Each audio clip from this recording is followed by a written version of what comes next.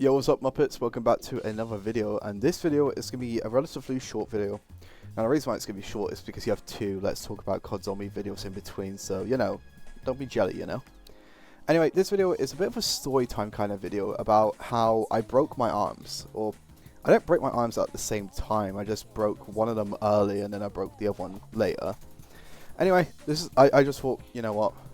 I'll give you guys a little bit of a backstory about myself and how I've broken some bones in my body. So, the first time I broke my arm, I broke my right arm, I believe it was? Yeah, it was my right arm. And I broke this arm back in year 2, so I was about... How old would you be for year 2? I think it's like... I think it's, yeah, 6 or 7. I was around 6 years old when this was the case. And I was living in a flat with my family were living in a flat at the time, and we were like on the top floor of the flat, so there was no like garden or anything. And I was playing around on a scooter, I'm pretty sure. Well, actually, yeah, I think I was playing around on a scooter, and I was just riding around on a scooter, and I fell over. And I landed on my arm, and it hurt. Like, it hurt pretty bad. And I think my parents were like, it's fine, just go to sleep, like, blah, blah, blah, like, because it's towards the evening. It was around like 7 PM, you know, that's relatively late for 6-year-old Josh. And basically I was just told, like, yeah, just go to bed. So I had this Dennis the Menace book, that's what I do remember. I had this Dennis the Menace book, I loved it. I'll say this right now, in the past, I loved Dennis the Menace. In fact, so much, I might actually, if I have a son one day, I might call him Dennis, is what I'm thinking. Anyway, so we have this railing in the kitchen because, or like to the entrance to this kitchen, because right next to the kitchen is the balcony, and obviously, you know, 6-year-old me might do something stupid and jump off the balcony, right? Obviously on the top floor, the 3rd floor, that would result in a very bad injury, or probably death. It would probably result in death. So my parents obviously made a smart move with that. Anyway, I was putting my arm, my right arm, you know, the arm I've fallen over the scooter with, onto the railing, and it was hurting even so much more. And I think I was just crying in so much pain that my parents were like, oh fine, we're not oh fine, but they were like, my parents were really concerned. They wanted to take me up to the hospital to basically get it checked out. So I go to get it checked out, and well, my parents didn't have any like, and my dad didn't have a car at the time, so he had to ring my granddad. My granddad did have a car, and my granddad picked us up, and I was at the hospital for about 5 hours. Yes, UK healthcare, it's free, but you gotta wait a long ass fucking time to get seen. And they did x-rays and stuff, and they found out that my arm was broken. I think I've broken like a part of my arm or something. I can't fully remember that one, to be fair. I remember my year 7 one a lot more than my year 2 one, mainly because I was 13 when I broke my left arm. We'll talk about that second story in a bit. But yeah, so I ended up breaking my arm. Of course, I ended up breaking my right arm. And it was around 12 PM when we were done. Or 12 PM, 12 AM. 12 PM, that's like fucking 16, 18 hours or something. 12 AM when I was done. And when I was done, my granddad was there waiting for us. I don't think he was waiting there all the time. I really hope he wasn't, because I would have felt so bad. I still feel bad now, to be honest. But yeah, he was waiting the whole time. He was there for us, dropped us home, and I believe I took a week off of school because of it. I think the school would chill with it. Like, schools weren't very like pushy with having your kids in back in like the early 2000s, like the mid to late 2000s. It was only really like the 2010s onwards is when education became a lot more strict on parents. Mainly because they want, obviously, kids to do well, but even then, I think they would allow kids to explore whatever they want to do instead of forcing them to do subjects which they may have no interest in. Like, for myself, I had no interest in chemistry. Or chemistry? Yeah. But I was still forced to do chemistry because I was still forced to do all 3 of my sciences. Anyway, I then went into school, and like everybody signed my cast and stuff. And I remember, I think I managed to get away with the excuse that I wasn't able to concentrate. So like, I was able to basically sit on this table while everybody was like sitting on the ground. Well, obviously when the teacher was teaching. And I would play around this bunch of dice, and I'll be completely honest, like, this ruined me for about solid like 2 months or so. eventually afterwards I ended up sitting down, and it was like a big like massive thing. But yeah, so that was when I broke it back in year 2. I broke my left arm in year 7, and the way I did this was very rough actually.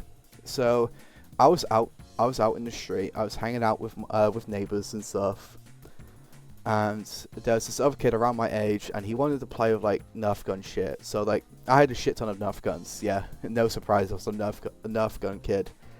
But yeah, so I was, and he was down at the park, which was like basically the street below where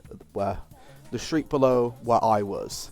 So I had to basically drag a bunch of Nerf guns down, and by the time I dragged all these Nerf guns down, he said to me that he didn't want to play anymore. And I don't know why this pissed me off, because I put all this time and effort in just for somebody to be like, I'm not feeling it anymore. So I'm bringing all these Nerf guns back up, and then I'm on my scooter after everything's done. I tried to hang it out afterwards, and I was just pissy, and my sister just said to me like, Josh, just go home. So I was like, okay, I'm gonna go home. I'm on the scooter, and I'm not paying attention because I'm just angry, I'm just annoyed, I'm just pissed off. There you go, pissed off. And I fall over this pothole. Like front wheel in, fall over, like literally fall over my scooter, and I put my arms out, and while my right arm was fine, my left, I broke something in my left, and I was screaming. That's when, by the way, that's when you know you've broken something. It's when you're fucking belting screaming, like fucking crazy. Because had I fallen over and, I don't know, sprained my arm, I wouldn't have been in so much pain.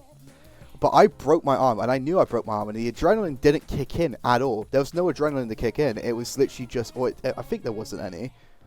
I was literally just in pain. And my parents just thought, hey, it's just sprained, whatevs. Like, not whatevs, but hey, it's just sprained. Here's a cushion. Relax your arm with a cushion. So that's what I did. I went home, relaxed my arm on a cushion, calmed down, and I was just in constant pain. So I eventually said to my parents, I think my dad came into my room and he saw me still in pain. He was like, it's not gotten any better, hasn't it? And I've said no. So he then took me up to the hospital once again, and it was another long ass wait. It was another 5-6 hours wait, but they did confirm with x-rays and all that I did break my left arm. And this happened in year 7, when people actually liked me, or people liked me, when people didn't really care about like not social standards, but like, you know, people didn't, you know, decide to become dickheads. A lot of people became dickheads in secondary school around year 8, 9ish, and then they kept it into about year 11, and then college they kind of got rid of it. But yeah, so people were cool. I had my cast signed by a lot of people, and then I remember a few weeks later having it removed. And I'm going to be honest, I think the worst part about breaking my arms is not being able to wash my arms. Obviously, obviously what I did is I had a bath at my house at the time. My family didn't have a shower. We have a shower now, but I had a bath at my house, and what I'd have to do is I'd have to put my cast in a paper bag so water wouldn't get onto it, and obviously, you know, I'd wash the rest of my body and such, and it just sucked. It was awful. Like because obviously if you get any water on the cast, it could mess around with the cast, and it would just cause trouble. And I think the best thing about once you've recovered from a broken arm is it's broken arms normally take about 6 weeks, like 5-6 weeks. Both cases for myself has been 6 weeks. So once I was done after the 6-week period, just having the cast removed off, it was just so nice, because it felt like I had freedom again with my arm. Obviously, like, I struggled with a lot of aspects. Obviously, I'm left-handed when it comes to writing, so for that 6-week period, I had to have a laptop, because I wasn't able to write right-handed. I'm not talented like that, you know. And I think that just was awful, like, because I really struggled with those 6 weeks of just school. I did have a week off for both cases, but still.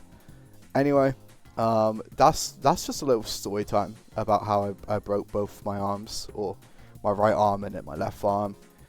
I don't really know how I'm going to word this. I might just honestly word it as how I just said it a minute ago, how I broke my arms, because why not? Anyway, that's all. I'll see you Muppets in the next one. Peace.